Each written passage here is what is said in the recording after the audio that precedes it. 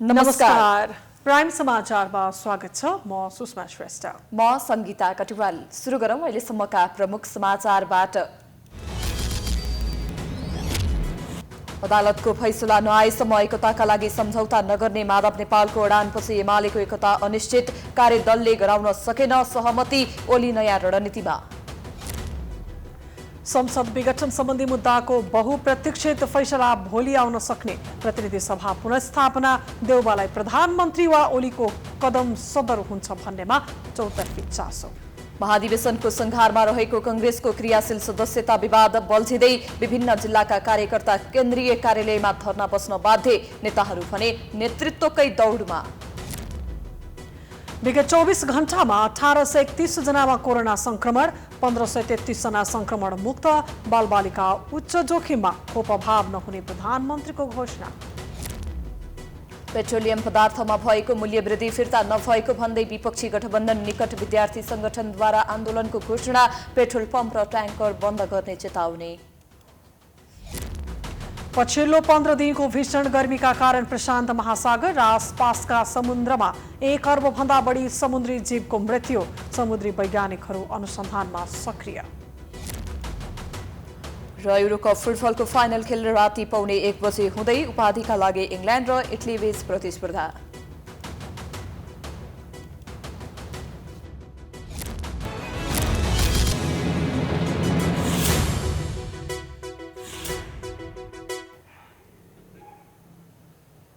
अब समाचार विस्तारमा।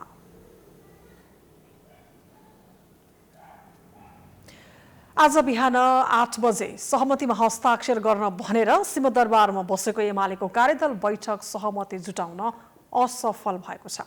8 घण्टा भन्दा बढी समयदेखि वार्तामा बसेको कार्यदलले अध्यक्ष केपी शर्मा ओली र माधव कुमार नेपाललाई सहमति गराउन नसकेको हो। शनिबार साँझ नै सहमतिलाई अन्तिम रूप दिइएको बैठकपछि सुभाष नेमाङ, गोकर्ण विष्ट र भीम रावलले बताएका थिए। आज बिहान 8 बजे नै सम्झौतामा हस्ताक्षर हुन सक्ने भन्दै सुखद समाचार दिने बताएका कार्यदलका सदस्यहरूले आज पनि सहमति जुटाउन सकेनन्। सहमतिको खाका तयार भए पनि वरिष्ठ नेता नेपालले अदालतको फैसलालाई प्रभावित पार्ने भाषा प्रयोग भएको भन्दै असहमति जनाएको बताइएको छ। त्यसैगरी नेपालले पावर सेयरिङमा सहमति नभएसम्म ओलीलाई विश्वास गर्न नसकिने जवाफ दिएका थिए। वरिष्ठ नेता नेपालले आज आफू निकट केही केन्द्रीय सदस्यहरूसँग समेत छलफल गरेका छन्। छलफलमा नेपालले सर्वोच्च अदालतको फैसला अघि कुनै सम्झौता नहुने बताएका थिए। सहमतिको सम्भावना टरेपछि अध्यक्ष ओलीले पनि आजै साँझ 4 बजेका लागि स्थायी कमिटी बैठक बोलाएका थिए, तर बैठक बस्न सकेको छैन।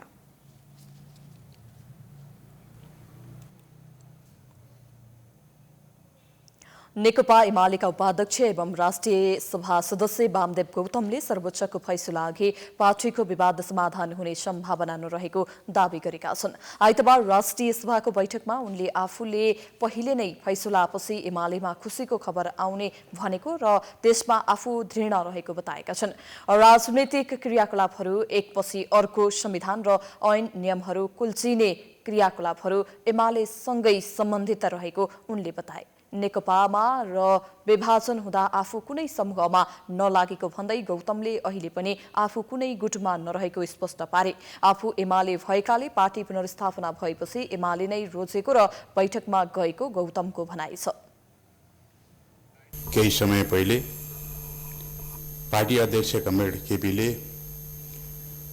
75 साल जेठ 2 को अवस्थामा केन्द्रीय कमिटीको बैठक बोलाउनु भयो र म त्यो बैठकमा भाग लिन गएँ। धेरै मानिसहरूले के भने वामदेव केपीतिर गयो भन्नु पनि।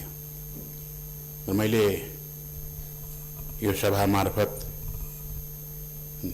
हाम्रो देशका सबै जिम्मेवार राजनीतिज्ञहरूलाई, जनतालाई, नागरिकलाई जानकारी गराउन चाहन्छु। म कुनै तर्फ गएन। म नेकपा एमाले भएको हुनाले एमाले भएको प्रमाण पेश गर्नको निम्ति म गएको हो। गौतम असार 18 र 19 गते बालुवाटारमा ओलीले भुलाएको केन्द्रीय कमिटीमा सहभागी भएका थिए। गौतमले आफूले एमाले एकताका लागि भूमिका मागेको भए पनि नपाएको गुनासो गरे। त्यस्तै उनले राष्ट्रिय सभा र प्रतिनिधि सभा बीचको विभेद अन्त्य हुनुपर्ने भन्दै बजेट राष्ट्रिय सभा प्रस्तुत गर्न प्रस्ताव गरेका छन्। बैठकमा जनता समाजवादी पार्टी जसपा, नेपालकी राष्ट्रिय सभा सदस्य प्रमिला कुमारीले प्रधानमन्त्रीले जसपा फुटाउन खोजेको आरोप लगाएकी थिइन्। बैठकमा प्रधानमन्त्री केपी ओलीको तर्फबाट कानून मन्त्री लीलानाथ श्रेष्ठले महान्यायाधिवक्ता कार्यालयको वार्षिक प्रतिवेदन पेश गरेका थिए।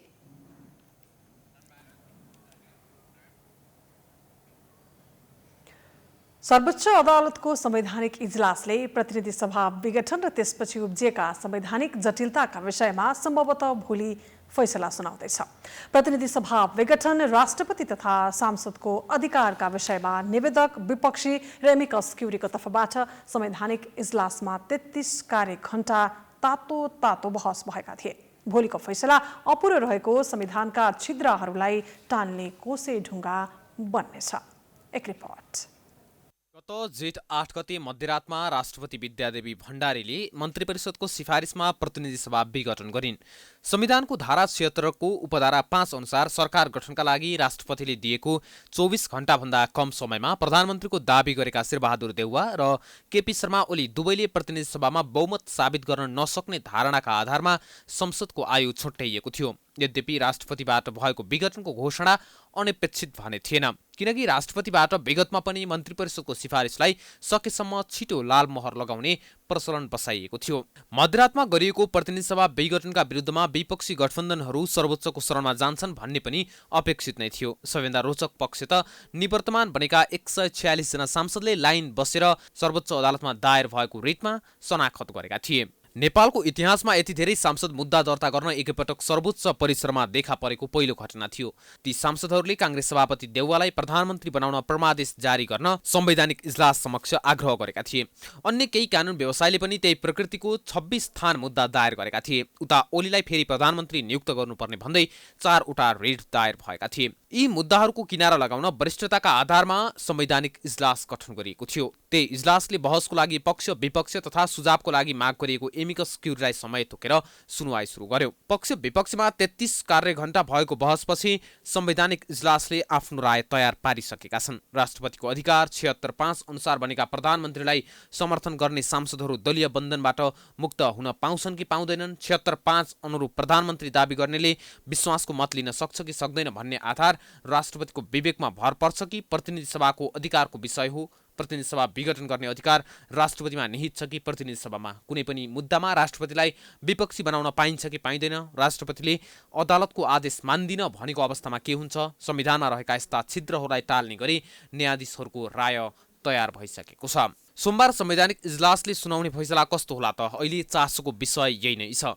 सबैभन्दा पहिले त अदालतले प्रतिनिधि सभा विघटनलाई सही ठहर्याउन सक्छ, तर यो सम्भावना अहिले निकै कमजोर बनेको छ। अर्को रिट निवेदकको माग अनुसार 146 सांसदको समर्थन पाएका कांग्रेस सभापति शेरबहादुर देउवालाई प्रधानमन्त्री नियुक्त गर्न परमादेश जारी गर्न सक्छ, तर प्रधान न्यायाधीश र अन्य न्यायाधीशले इजलासमा पटक पटक अदालतले प्रधानमन्त्री नियुक्त गर्न मिल्ला र भन्ने आशयको प्रश्न सोधेका थिए। यसको चित्तबुझ्दो जवाफ उनीहरूले पाउन सकेका थिएनन्। साथै संवैधानिक इजलासले जारी गरेको परमादेशलाई राष्ट्रपतिले मान्दिन भने के हुन्छ भन्ने प्रश्न पनि उठाइएको छ। यस्ता संवैधानिक प्रश्नका कारण इजलासले जोखिम उठाउने कार्य गर्दैन। यसको अर्थ देउवा अदालतको आदेशमा प्रधानमन्त्री बन्ने सम्भावना निकै कम छ। सर्वोच्च अदालतको संवैधानिक इजलासले 76(5) अनुसार प्रधानमन्त्री चयनको प्रक्रिया प्रतिनिधि सभाको अधिकारको विषय भएको राय पनि दिन सक्छ। यस्तो अवस्थामा प्रतिनिधि सभाले निर्वाचन मार्फत प्रधानमन्त्रीको चयन गर्न सक्ने अधिकार दिन सक्ने सम्भावना पनि छ। सोमबार संवैधानिक इजलासले प्रधानमन्त्रीको मार्ग प्रशस्त गरेर संविधानको धारा 76(5) अनुसार प्रधानमन्त्री नियुक्त गर्न राष्ट्रपति समक्ष गरेको सिफारिसलाई असंवैधानिक घोषित गर्ने सम्भावना सबैभन्दा बलियो छ। 76(3) अनुसार नियुक्त प्रधानमन्त्रीले 76(4)लाई छल्न नमिल्ने तर्क अदालतले सुनाउने आधार सबैभन्दा बलियो देखिन्छ।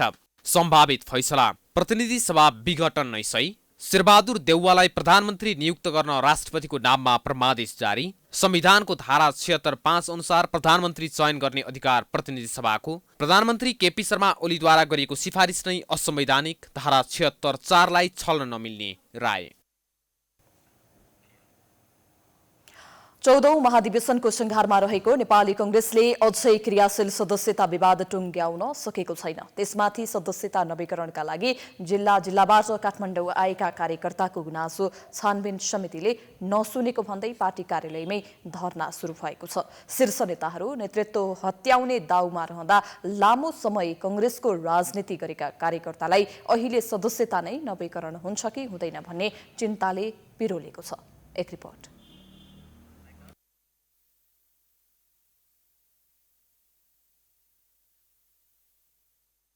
यो दृश्य हो नेपाली कांग्रेसको केन्द्रीय कार्यालय सानेपाको। कांग्रेसको महाधिवेशन आउन 1.5 महिना मात्रै बाँकी छ। अझ वडा तहको अधिवेशन आउन त अब 15 दिन पनि बाँकी छैन। यति बेलासम्म वडा, नगर, क्षेत्र र जिल्लामा महाधिवेशनको सरगर्मी सुरु हुनुपर्ने हो। तर कांग्रेसमा गुटगत राजनीति फस्टाएका कारण कतै पनि महाधिवेशनको रौनक छैन। बरु क्रियाशील सदस्यता छनौटमा अन्याय भयो भन्दै कार्यकर्ताहरू काठमाडौँमा भौतारिरहेका छन्। अझ क्रियाशील सदस्यता विवाद समितिले नै 12 जिल्लाका नेता तथा कार्यकर्ताको कुरै सुन्न नचाहेपछि आफ्नो क्षेत्रमा पुगेर चुनावी प्रचार गर्नुपर्ने नेताहरू अन्याय भयो भन्दै पार्टी कार्यालयमा धरना बस्नु परेको छ। वाडा सभापतिहरूको सही नगराइकन, वाडा कार्य समितिको निर्णय नगराइकन चारै क्षेत्रमा धाँधली गरेर बाहिरबाट ल्याएर फर्म भरेर त्यो क्राइटेरियालाई नाघेर जुन यहाँ ल्याएर इन्ट्री गराएछ त्यसको विरोधमा यो हाम्रो धारणा हो। र खास गरी 4 क्षेत्रमा 2 नम्बर क्षेत्रलाई बढी प्रभावित पारेका छन्। त्यहाँका 15 जना वाडा सभापतिहरू जो यहाँ अहिले बसेका छन्। पार्टी कार्यालयमा धरना चलिरहँदा काठमाडौँको नेपाल भारत मैत्री धर्मशाला रहेको छानबिन समितिको कार्यालयमा हरेक दिन जस्तो फाइल बोकेर आउनेको घुइँचो नै लाग्ने गरेको छ। गाउँ, नगर, क्षेत्र र जिल्ला सभापतिहरूले आफ्नो पक्षधरको नाम सिफारिस गर्ने तर अन्य खेमाको नाम काट्ने गर्दा यो विवाद गाउँ हुँदै केन्द्रसम्म आइपुगेको हो। अझ सभापति शेरबहादुर देउबा र वरिष्ठ नेता रामचन्द्र पौडेल बीच नेतृत्वको रस्साकसीले सदस्यता विवादलाई झनै चर्काएको छ।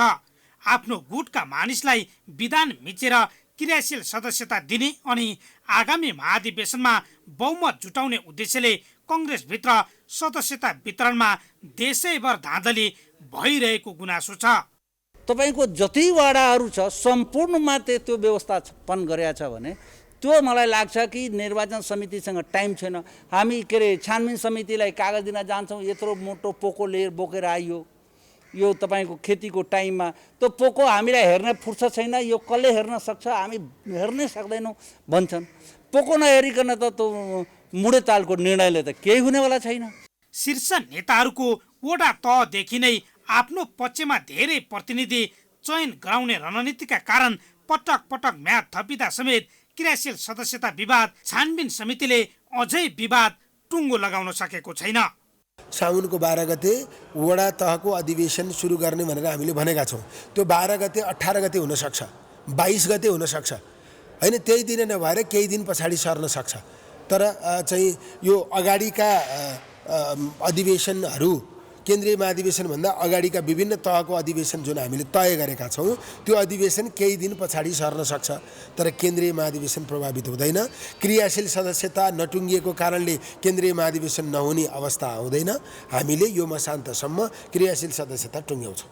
केन्द्रमा क्रियाशील सदस्यता विवाद टुङ्गो नलाग्दै सभापतिका आकांक्षीहरू बीच दौडधुप सुरु भइसकेको छ। फेरि पनि देउबाले नै सभापतिमा दाबी गरिसके, उता उनी निकटका अन्य नेताले पनि दाबी प्रस्तुत गरिरहेका छन्।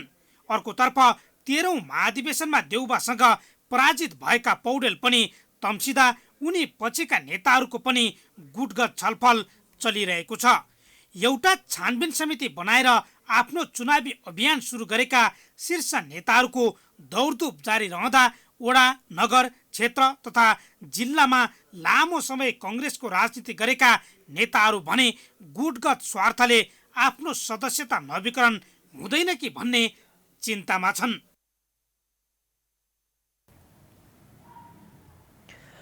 नेपाली कांग्रेसको संस्थापनेतर समूहका युवा नेताहरूको संयुक्त बैठकले आगामी 14औं महाधिवेशनमा मिलेर एकजनालाई सभापतिको उम्मेद्वार बनाउने भन्नेबारे छलफल गरेको छ।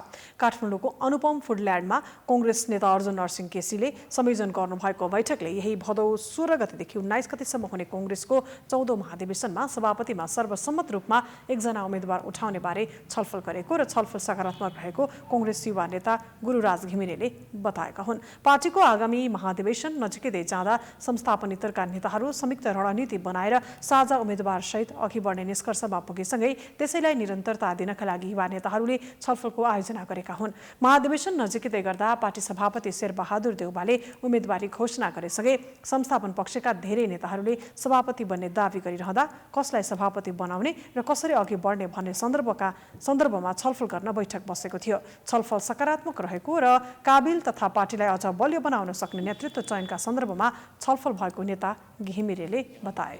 कृष्णप्रसाद सिटौलाले आफ्नो तयारी गर्दै हुनुहोला र हाम्रो रामचन्द्र पौडेलले नेतृत्व गर्नुभएको समूहभित्र छलफल चलिराखेको छ। केही दिन अगाडि नेताहरूले बसेर छलफल गर्नुभयो।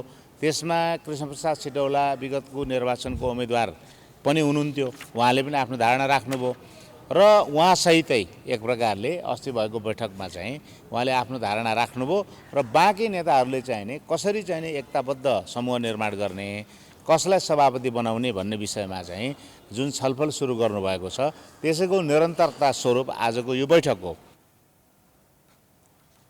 छलफलमा केन्द्रीय सदस्यहरू चन्द्र भण्डारी, धनराज गुरुङ, रामकृष्ण यादव, गगन थापा, प्रदीप पौडेल, किरण यादव, गुरु घिमिरे, बद्री पाण्डे लगायतका नेताहरूसँग छलफल गरिएको थियो। यसअघि केसीले शुक्रबार संस्थापन इतर समूहबाट सभापतिमा दावी गरेका नेताहरूसँग छलफल गरेका थिए।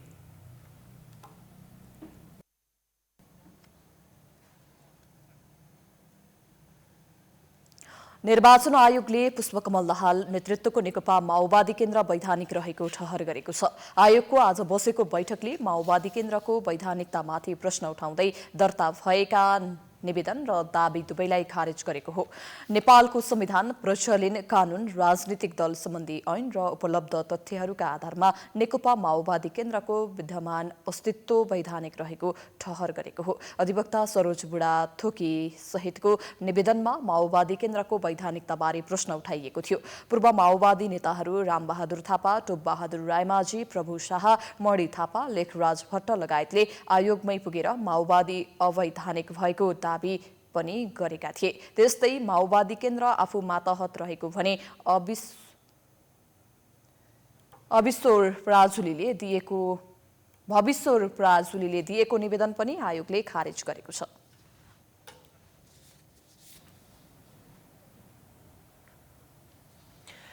तत्कालीन राष्ट्रिय जनता पार्टी, राजपा र समाजवादी पार्टी नेपालबीच भएको एकीकरण बदर गर्न माग गर्दै सर्वोच्च अदालतमा रिट दायर भएको छ। एकता प्रारम्भदेखि नै त्रुटिपूर्ण, कपटपूर्ण र संविधान तथा कानून विपरीत रहेको दावी गर्दै उत्प्रेषणको आदेशबाट बदर गर्न माग गरिएको छ। राजपाका तत्कालीन उपाध्यक्ष राजकुमार थापाको तर्फबाट अधिवक्ता हृदयराज मिश्रले दायर गरेको रिटमा जसपा एकीकरण खारेज गरी साबिकको राजपा र समाजवादी पार्टी कायम गराउन परमादेश माग गरिएको छ। मुद्दाको अन्तिम टुङ्गो नलागेसम्म जसपाको राजनीतिक क्रियाकलाप, सदस्य हेरफेर तथा अन्य सबै काम कारबाही यथास्थितिमा राख्न तथा राजनीतिक गतिविधिको सिलसिलामा हुने कुनै पनि निर्णयलाई रोक्नका लागि मुद्दालाई अग्राधिकार दिन माग गरिएको छ। रिटमा निर्वाचन आयोग र जसपालाई विपक्षी बनाइएको छ।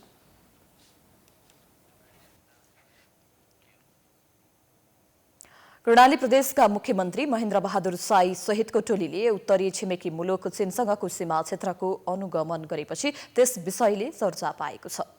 मुख्यमन्त्री सहितको एक सरकारी टोलीले शनिबार चीनसँगको सीमा जोडिएको हुम्लाको नाम्खा गाउँपालिका 6 स्थित लाप्चा लोलुङजोङ क्षेत्रको स्थलगत अनुगमन गरेको थियो। लोलुङजोङ विवादित क्षेत्र हो। गत असोजमा चीनले लोलुङजोङ क्षेत्रमा केही भवनहरू बनाएपछि सीमा मिचिएको भन्दै विवादमा तानिएको थियो। ढिलै भए पनि प्रदेश सरकारको तर्फबाट आफ्नो भूमिको रक्षार्थ पहल सुरु भएको स्थलगत निरीक्षणमा सहभागी भएका कांग्रेस संसदीय दलका नेता जीवन बहादुर शाहीले बताएका छन्। गरेको देखिन्छ। त्यो किन भएको भन्दाखेरि 12 नम्बरको पिलरको अलिकति ओरिएन्टेसन चेन्ज भएको हुनाले त्यस कारणले त्यो देखिन्छ। मैले मेरो तर्फबाट हेर्दा मैले सरासर भन्छु, किनभने हाम्रो भूमि मिचिएको छ। मैले यस मानेमा भनिरहेको छु, जुन भूमिमा मैले 2 किलोमिटर बाटो मैले आफैले बनाएको र अहिले हाम्रो पिलर चाहिँ घेरेर राखेको कुरामा चाहिँ मिचेको भन्ने कुरै छैन, मिचेको छ। तर अब प्रदेश सरकारको प्रमुखको हैसियतले उहाँले सबै कुरो त्यो हेर्नुभयो र उहाँले केही बोलिरहनु भएको छैन।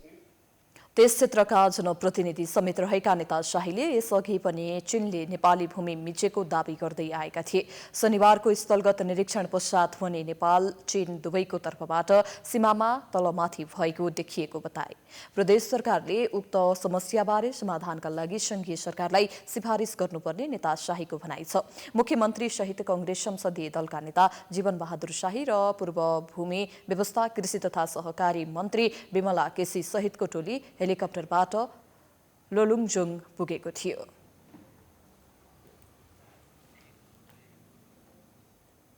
समाचारको सिलसिला जारी छ, हामी विश्रामपछि आउँछौं।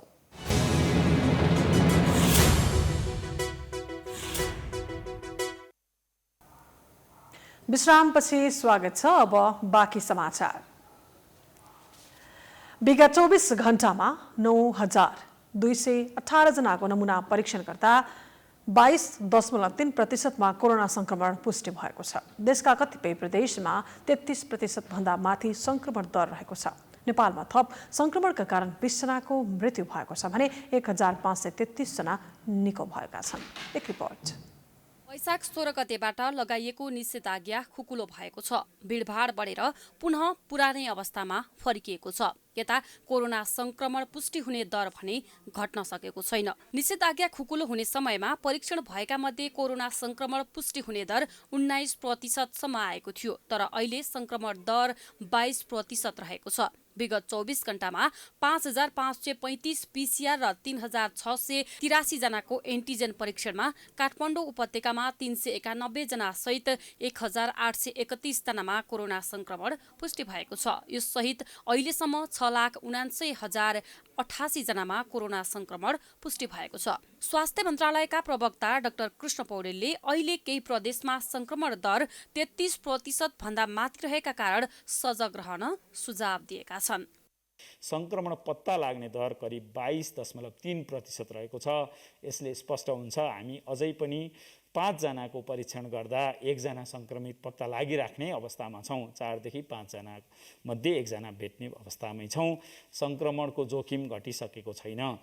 यस मध्ये पनि देशभित्रको स्थिति हेर्ने हो भने प्रदेश वाइज सबैभन्दा बढी प्रतिशतको हिसाबले कम परीक्षण भएको तर बढी प्रतिशतको हिसाबले देखिएको कर्णाली प्रदेशमा छ। त्यहाँ जम्मा 45 जनाको आरटीपीसीआर भएको थियो।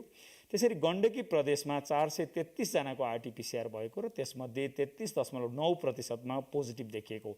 त्यस्तै गण्डकी प्रदेशको स्याङ्जा र गोर्खा जिल्लामा कोरोनाको नयाँ भेरिएन्ट भेटिएको छ। प्रदेश जनस्वास्थ्य प्रयोगशालाबाट नयाँ भेरिएन्ट जाँचका लागि जेठ 31 गते राष्ट्रिय जनस्वास्थ्य प्रयोगशाला काठमाडौँमा पठाइएकोमा 5 वटा नमुनामा 2 वटा पुरुष तथा गोर्खाका 3 जनामा नयाँ भेरिएन्ट पुष्टि भएको छ। आइतबार 1,533 जना कोरोना संक्रमण मुक्त भएका छन्। अहिलेसम्म 6,11,894 जना निको भएका छन्। कोरोना संक्रमणका कारण 20 जनाको मृत्यु भएसँगै कुल मृतकको संख्या 9,383 पुगेको छ। यो नयाँ संक्रमित सबैको शीघ्र स्वास्थ्य लाभको कामना गर्दछौँ। यसैगरी गत 24 घण्टामा कोभिड-19 लाई विजय प्राप्त गरेर 1,533 जना डिस्चार्ज हुनुभएको छ भने कोभिड-19 का कारण दुःखद मृत्यु 20 जनाको भएको सूचना प्राप्त छ। स्वास्थ्य मन्त्रालयका अनुसार काठमाडौँ उपत्यकाका 3 जिल्ला चितवन, मकवानपुर, कास्की, झापा, सुनसरी, मोरङ जिल्लामा 500 भन्दा बढी सक्रिय संक्रमित रहेका छन्। अहिले सक्रिय संक्रमित 26,173 जना रहेका छन्। उनीहरूमध्ये 23,471 जना होम आइसोलेसन र 2,702 जना संस्थागत आइसोलेसनमा छन्। उपचारमा रहेका मध्ये 253 जना आइसियु र 175 जनाको भेन्टिलेटरमा उपचार भइरहेको छ।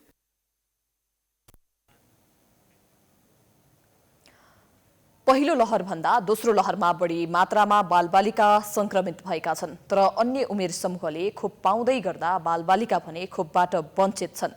कोरोनाको सम्भावित तेस्रो लहरमा बालबालिका थप असुरक्षित हुन सक्ने प्रति विज्ञहरूले सचेत गराएका छन्। एक रिपोर्ट। कोरोना संक्रमणको जोखिम कायमै रहनु अनि बालबालिकालाई खोपको विकास नहुनाले पनि उनीहरूमा कोरोना संक्रमणको जोखिम बढेको छ। अझै पनि कोरोना संक्रमणको दर 20% भन्दा माथि रहेका कारण तेस्रो लहर आए बालबालिकामा कोरोना भाइरसको संक्रमण हुन सक्ने जोखिम अत्याधिक रहेको र समय रहँदै सावधानी अपनाउन चिकित्सकले सुझाव दिएका छन्। बालरोग विशेषज्ञ डाक्टर कृष्ण प्रसाद विष्टले कोरोनाको लक्षण देखिन साथ बालबालिकालाई अस्पताल पुर्याउन राय दिएका छन्। सावधानी नअपनाएको खण्डमा बालबालिकामा भयावह संक्रमण हुन सक्ने उनको धारणा छ। अहिलेको अवस्थामा पनि हामी जोखिमपूर्ण अवस्थामै छौँ। हाम्रो पोजिटिभिटी रेट 20% भन्दा बढी नै छ। अझ यो हप्तामा एक दिन त 26% पनि भएको थियो। त्यो हिसाबले बालबच्चाहरूलाई बाहिर लिएर हिँड्नु चाहिँ अत्यन्तै जोखिमपूर्ण छ। र अब अहिलेको अवस्थामा बालबच्चाहरू विद्यालय पनि नगएको, कलेज पनि नगएको अवस्थामा सम्पूर्ण ठुलो मान्छेहरूले नै बालबच्चाहरूलाई घरमा लगेर सार्ने अवस्था छ। तसर्थ अब ठुलो मान्छेहरू चाहिँ एडल्टहरू चाहिँ अलिकति सचेत हुन जरुरी छ। अझै पनि म त भन्छु आवश्यक काम छैन भने बाहिर हिँड्नु जरुरी छैन। 18 वर्ष माथिका उमेर समूहले खोप लगाइरहेका छन्। प्रधानमन्त्री केपी शर्मा ओलीले सन् 2021 भित्रै सबै नेपालीले खोप पाउने दाबी गरेका छन्।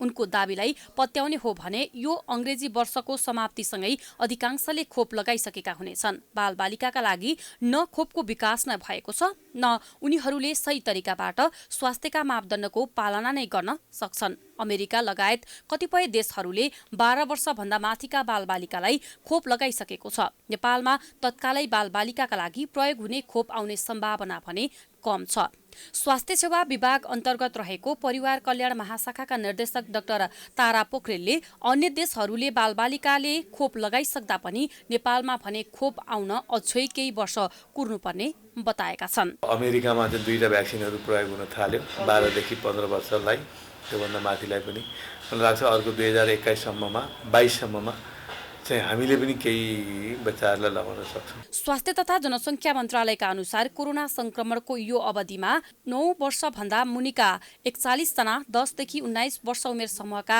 48 जना र 20 देखि 29 वर्ष उमेर समूहका 276 जनाको कोरोना संक्रमणबाट मृत्यु भएको छ। यस तथ्याङ्कले बालबालिका कोरोना संक्रमणको जोखिममा रहेको प्रश्न पार्दछ।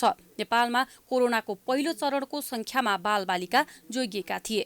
दोस्रो लहरमा बालबालिकालाई संक्रमण र ज्यानै जानेको संख्या पनि बढेको कारण चिन्ता पनि बढेको छ। बालबालिकालाई कोरोना संक्रमण देखिएपछि स्वास्थ्य तथा जनसङ्ख्या मन्त्रालयले हरेक अस्पताललाई कुल शय्याको 20% बालबालिकाका लागि छुट्याउन निर्देशन दिइसकेको छ। कोरोनाको सम्भावित तेस्रो लहरको तयारीमा स्वास्थ्य मन्त्रालय जुटेको छ। तेस्रो चरणको संक्रमणको तयारीका सन्दर्भमा स्वास्थ्य मन्त्रालय अथवा हामी सबैको चाहना सबैसम्म त्यस्तो खालको अवस्था नआइदियोस् भन्ने नै हो। त्यो नआइदियोस् भन्नका लागि हामी सबैजना जिम्मेवार हुनुपर्ने, संक्रमण रोकथाम गर्नुपर्ने, नियन्त्रण गर्नुपर्ने, जनस्वास्थ्यका मापदण्डहरू पालना गराउनु पर्ने हो। यिनै कुराहरूमा केन्द्रित भएर हामी व्यवहार परिवर्तनका कुराहरूमा सरोकारवाला सबैसँग बसेर काम गर्ने गरी योजनाहरू बनाउँदैछौँ। ती काम कसरी गर्न सकिन्छ, कसरी प्रभावकारी हुन्छ भन्ने सन्दर्भमा बढी केन्द्रित भएर काम गर्नुपर्ने छ भने कोभिड-19 विरुद्धको खोप सकेसम्म धेरैभन्दा धेरै व्यक्तिहरूलाई चाँडोभन्दा चाँडो लगाउन सकेर रोग प्रतिरोधात्मक क्षमता विकास गर्न सकियोस् भन्ने योजना छ। त्यसै अनुसार काम गर्दैछौँ। हामी अझै कोरोनाको दोस्रो लहरको संक्रमणको जोखिममा नै छौँ, तर सहर बजारमा चहल पहल हेर्ने हो भने संक्रमण नै छैन जस्तो देखिन्छ। यसै कारण पनि कुनै बेला संक्रमण दरले फेरि भयावह रूप लिन सक्दैन भन्न मिल्दैन। दोस्रो लहरमा झै नागरिकले अत्यावश्यक स्वास्थ्य सुविधाबाट वञ्चित हुन नपरोस् भनेर तयारी गरिरहेको दाबी गर्ने सरकारको दाबी कति भरोसा योग्य छ अहिले नै भन्न सकिँदैन। तर अब पनि सरकार तयारीमा चुक्ने हो भने भविष्यमा यो मुलुक बनाउने हातहरू अल्पायु नै चुडिने सम्भावना प्रबल छ। प्राइम टाइम्स टेलिभिजनका लागि क्यामेरामा मिलन मगरका साथमा सृजना कार्कीको रिपोर्ट। नेपाल ओइल निगमले पटक पटक पेट्रोलियम पदार्थको मूल्य बढाएको विरोधमा विद्यार्थी संगठनहरूले संयुक्त आन्दोलन गर्ने भएका छन्।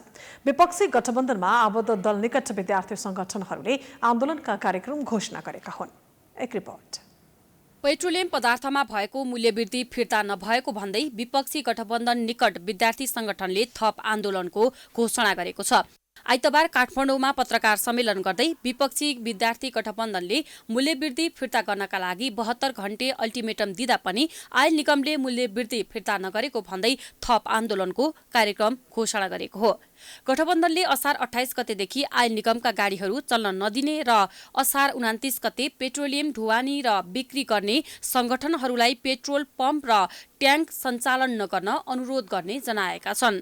त्यस्तै असार 30 गतेदेखि देशभरका सम्पूर्ण पेट्रोल पम्प र ट्याङ्कर बन्द गर्ने चेतावनी उनीहरूले दिएका छन्। आगामी आन्दोलनमाथि दमन गरिएका त्यसबाट हुन सक्ने क्षतिको सम्पूर्ण जिम्मेवार सरकार नै हुने चेतावनी दिएका छन्। बजारमा महँगीले सीमा नागेको छ।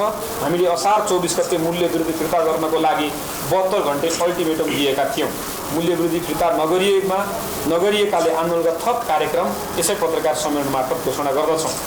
यही असार 28 गतेबाट नेपाल आयल निगमका गाडीहरू नेपाल आयल निगमसँग सम्बन्धित गाडीहरू चल्न नदिने, असार 29 गते पेट्रोलियम ढुवानी र बिक्री गर्ने संगठनहरूलाई संस्थाहरूलाई पेट्रोल पम्प र ट्याङ्कर सञ्चालन नगर्न अनुरोध गरी छलफल गर्ने, असार 30 गतेदेखि देशभरका सम्पूर्ण पेट्रोल पम्प र ट्याङ्करहरू बन्द गर्ने। मनोमानी रूपमा नै निगमले पेट्रोलियम पदार्थमा मूल्य वृद्धि गरेकोले आन्दोलन गर्न बाध्य भएको विद्यार्थी नेताहरूले आरोप लगाएका छन्। पटक पटक निगमको ध्यान आकर्षण गराउँदा पनि व्यवस्था गरिएको उनीहरूको गुनासो छ। वृद्धि भएको मूल्य वृद्धि फिर्ता लिने लगायत आगामी दिनमा मूल्य वृद्धि नहुने कुराको प्रत्याभूति गर्ने र पेट्रोलियम पदार्थमा अनावश्यक किसिमका विभिन्न करहरू थपेर सधैँ पेट्रोलियम पदार्थका मूल्य वृद्धि गर्ने गरिन्छ, त्यो कुरा हट्नुपर्ने र आयल निगमभित्र भएका जति पनि छन् भ्रष्टाचारका कुरा, अनियमितताका कुरा, छुवावटका कुरा, ती सबै कुरा छानबिन गरिनुपर्ने लगायतका कुराहरूलाई लिएर हामी 5 विद्यार्थी सङ्गठनको तर्फबाट अब हामी आन्दोलन गर्न बाध्य भएका छौँ। अबको आन्दोलन सशक्त हुने नेताहरूले बताएका छन्। सरकारले गल्ती नसच्याएसम्म विद्यार्थी गठबन्धनको आन्दोलन नरोकिने उनीहरूको भनाइ छ।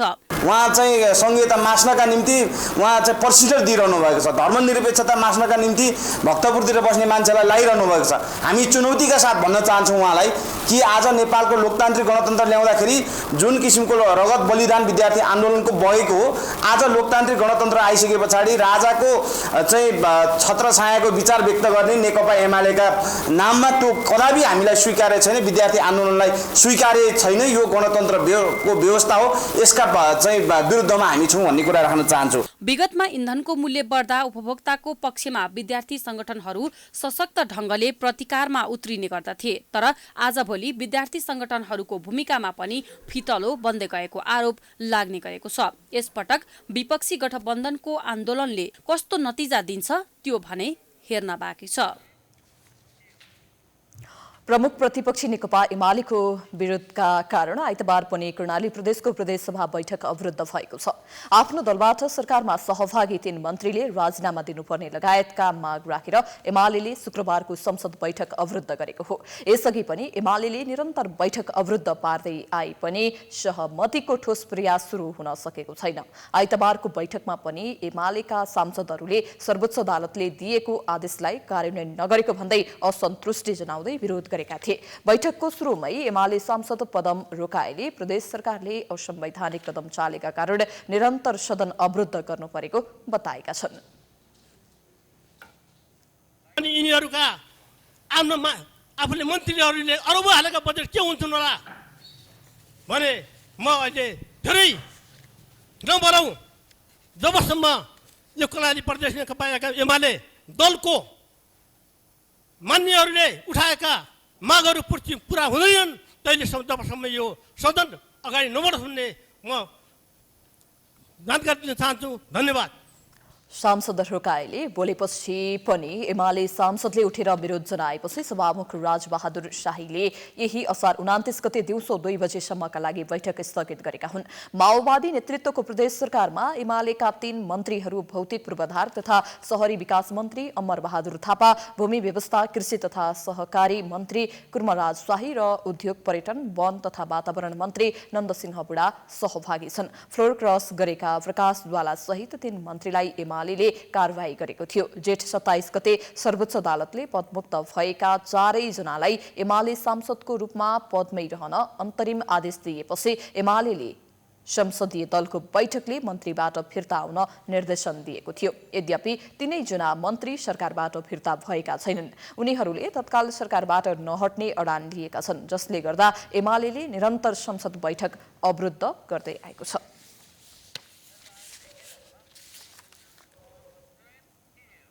समाचारको सिलसिला जारी छ। हामी विश्रामपछि आउँछौं।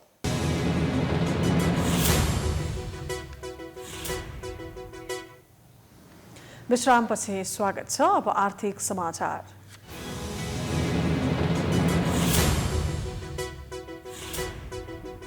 साताको पहिलो दिन आइतबार शेयर बजारमा उच्च अङ्कको वृद्धि भएको छ। असार लागेसँगै लगातार जसो घटिरहेको बजारमा आइतबार उत्साह देखिएको हो। शेयर कारोबार मापक नेप्से परिसूचक 73.33 अङ्कले बढेर 2898.43 अङ्कमा पुगेको छ।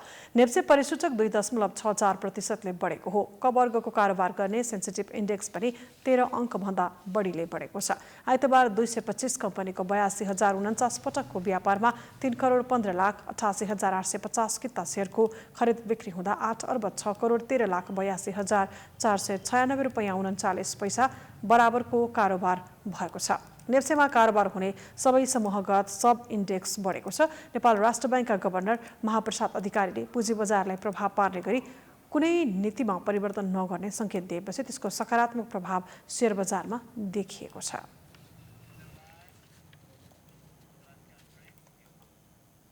अब अन्तर्राष्ट्रिय समाचार।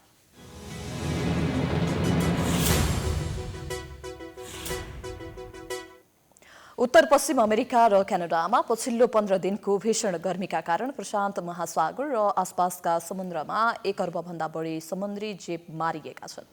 वैज्ञानिकका अनुसार यी जीवले भीषण तापक्रम सहन नसक्दा मरेका हुन्। सङ्के किरा आफ्नो सेलभित्रै पाकिरहेका थिए भने समुद्री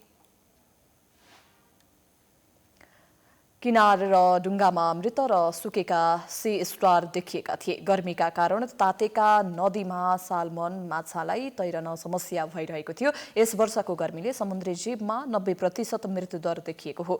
हाल समुद्र र वैज्ञानिक र अनुसन्धानकर्ताले जीवलाई बचाउने उपाय खोजिरहेका छन्। त्यसैगरी केही सरकारी संस्थानले पनि गर्मी इलाकाबाट समुद्री जीवलाई निकालेर चिसो पानीमा छुट्ने प्रयास पनि गरिरहेका छन्।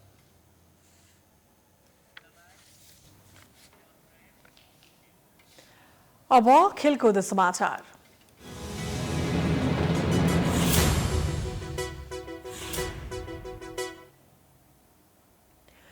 यूरोकप फुटबलको फाइनल खेल आज हुँदैछ। वेम्बले स्टेडियममा हुने फाइनलमा इङ्ल्यान्ड र इटली प्रतिस्पर्धा गर्नेछन्। फाइनल खेल राति 1:15 बजे सुरु हुनेछ। इङ्ल्यान्ड पहिलो पटक यूरोकपको फाइनल खेल्न लागेको हो।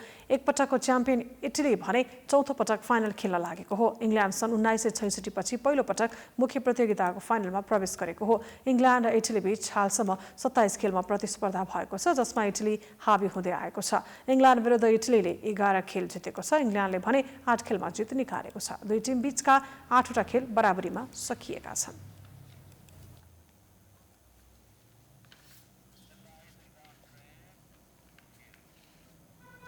प्रधानमन्त्री केपी शर्मा ओलीले दक्षिण एसियाली फुटबल प्रतियोगिता साफ आयोजना गर्न नेपाल तयार रहेको बताएका छन्।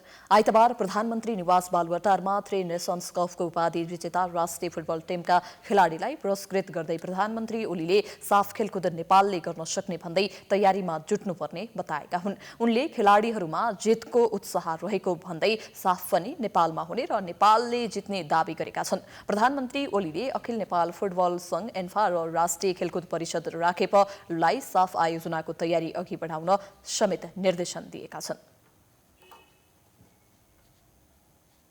साफ चाहिँ बङ्गलादेशले आयोजना गर्ने भनेको नसक्ने हो। नेपालमा गर्ने कि भनेर क्याप्टनले भन्नु, नेपालमा गरे हुन्छ कि। म तपाईँहरूलाई सोध्न चाहन्छु, are you ready to win the SAFF?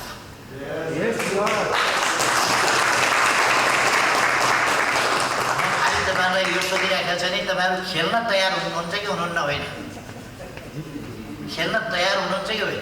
Are you ready to win? You have to win the South. Then we are ready to organize the game.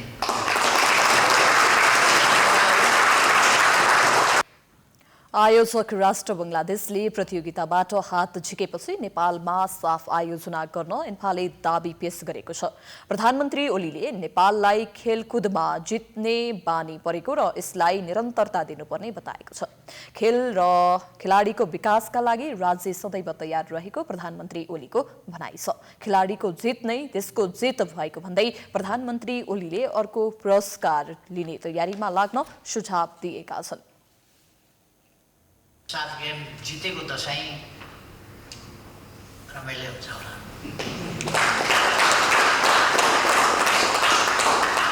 तर तपाईँहरूले कबुल चाहिँ पुरा गर्नुपर्छ है। यसबाट लागिहाल्नुहोस्, फरक हुन्छ त्यो हान्ने तरिकाहरू तपाईँहरूलाई थाहा छ।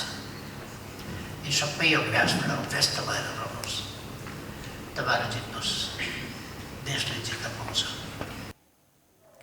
कार्यक्रममा प्रधानमन्त्री ओलीले थ्री नेसन्स कप अन्तर्राष्ट्रिय फुटबलको उपाधि विजेता नेपाली राष्ट्रिय फुटबल टोलीलाई जनही 4 लाख नगद सहित पुरस्कृत गरेका छन्। सरकारले यसअघि नै घोषणा गरेको पुरस्कार आइतबार खेलाडीलाई प्रदान गरेको हो। पुरस्कार पाउनेहरूमा 23 जना खेलाडी, प्रशिक्षक बालगोपाल महर्जन, सहायक प्रशिक्षक किरण श्रेष्ठ र गोलकिपिङ प्रशिक्षक विकास मल्ल रहेका छन्। पुरस्कार ग्रहणपछि राष्ट्रिय टोलीका कप्तान किरण शेम्जोङले सरकारले आफूहरूको हौसला बढाएको बताएका छन्। यो कम्पिटिसन ल्याउनका लागि हामीले चाहिँ we have to pay I think 10 lakh US$। So एन्फालाई मात्र यो कस्ट एकदमै हार्ड, सुपर हार्ड हुनेछ र आई हर्ड द्याट कि एन्फाले यो कुरालाई, हाम्रो अखिल नेपाल फुटबल सङ्घले यो कुरालाई अगाडि प्रोसेस गरिसक्नु भएको छ भन्ने मैले सुन्न आएको छु र निकै नै राम्रो कुरा हो कि एउटा साफ च्याम्पियनसिप हामीले तेह्रौँ साफ च्याम्पियनसिप आफ्नो कन्ट्रीमा फेरि हामीले होस्ट गर्न सकेर फेरि हामी च्याम्पियन बन्छौँ भन्ने मलाई विश्वास छ र माननीय सम्मानीय मन्त्रीज्यूलाई पनि फेरि हामीलाई सम्मान गराउँछौँ भन्ने मलाई लाग्दछ। गत चैतमा भएको प्रतियोगितामा बंगलादेशलाई 2-1 गोल अन्तरले पराजित गर्दै नेपालले उपाधि जितेको थियो। दशरथ रङ्गशालामा भएको उक्त फाइनल हेर्न प्रधानमन्त्री ओली रङ्गशाला पुगेका थिए।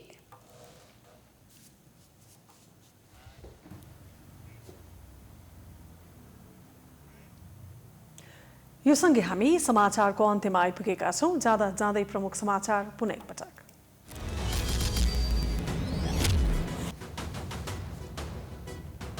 अदालतको फैसला नआएसम्म एकताका लागि सम्झौता नगर्ने माधव नेपालको अडानपछि एमालेको एकता अनिश्चित, कार्यदलले गराउन सकेन सहमति, ओली नयाँ रणनीतिमा। संसद विघटन सम्बन्धी मुद्दाको बहुप्रतीक्षित फैसला भोलि आउन सक्ने, प्रतिनिधि सभा पुनर्स्थापना, देउवालाई प्रधानमन्त्री वा ओलीको कदम सदर हुन्छ भन्नेमा चौतर्फी चासो।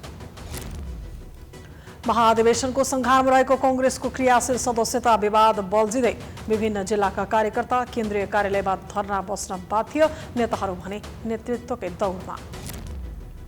विगत 24 घण्टामा 1831 जनामा कोरोना संक्रमण, 1533 जना संक्रमण मुक्त, बालबालिका उच्च जोखिममा, खोप अभाव नहुने प्रधानमन्त्रीको घोषणा।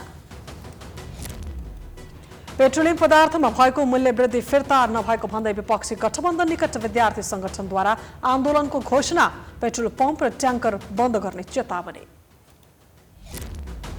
पछिल्लो 15 दिनको भीषण गर्मीका कारण प्रशान्त महासागर र आसपासका समुद्रमा 1 अर्ब भन्दा बढी समुद्री जीवको मृत्यु, समुद्री वैज्ञानिकहरू अनुसन्धानमा सक्रिय।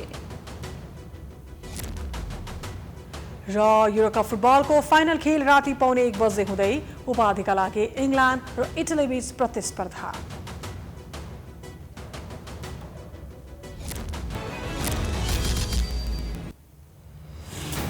समाचार अहिलेलाई सकियो।